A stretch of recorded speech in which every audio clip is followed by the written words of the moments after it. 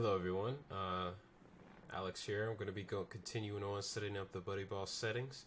A lot of these settings here can be reviewed on the help tab. If you need help setting up a lot of the settings, I'm not going to go through each one because all the documentation has been made for that. What I am going to cover is the integrations. Make sure that when you turn Zoom on, make sure you enable this for social groups and put your information here, or else the Zoom is not going to work inside groups. If you have LearnDash, you might want to set that up appropriately as well. I don't have that installed, so that's why we can't see that. But also make sure your pages are created appropriately. Looks like everything's good. Let's go to components. Everything looks good. In settings, you have a lot of option to edit the profiles of users, groups, forums, activity.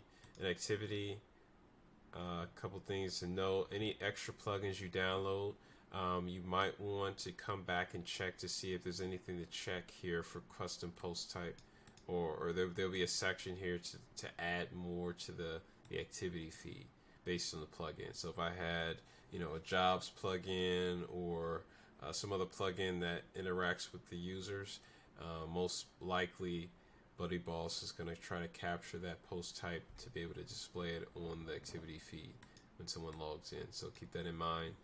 And everything else is pretty self-explanatory for what your needs are for your WAS or for Buddyboss. What we are going to go over is setting up the aesthetics of the site, which is like the menus. So you definitely want to start with your title bar and choose title bar in the section here. Click create menu.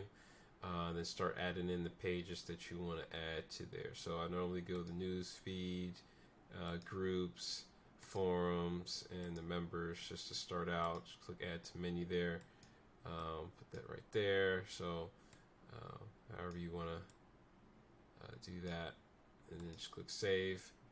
We have to do the buddy panel, which is the sidebar that you see.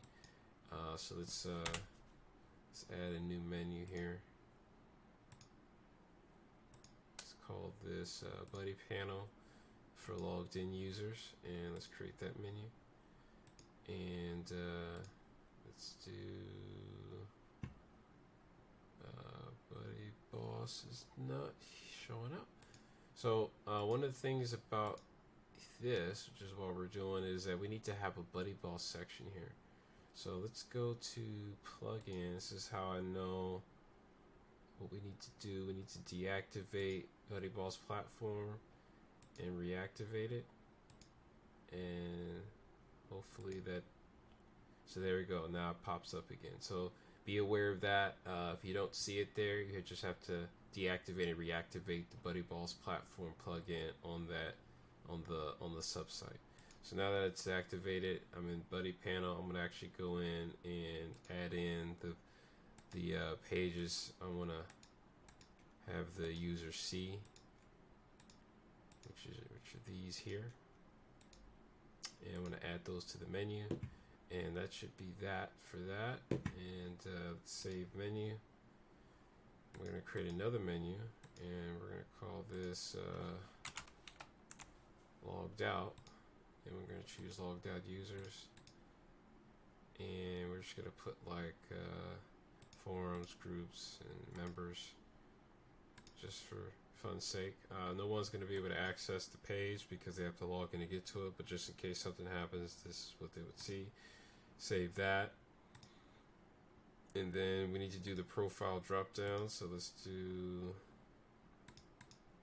profile drop down.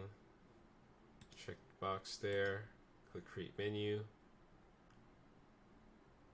and now we are going to go back to Buddyboss, and we actually need to add all of these into the menu, and we need to actually so let's say I add just a few of these.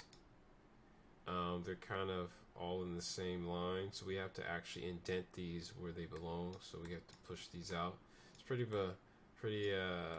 lengthy process here. Once it's done. But you have to do this, or else it's all going to be in one line on the front end of the site. So I'm just going to go ahead and just plop these all in here. I'm going to be right back while I do this.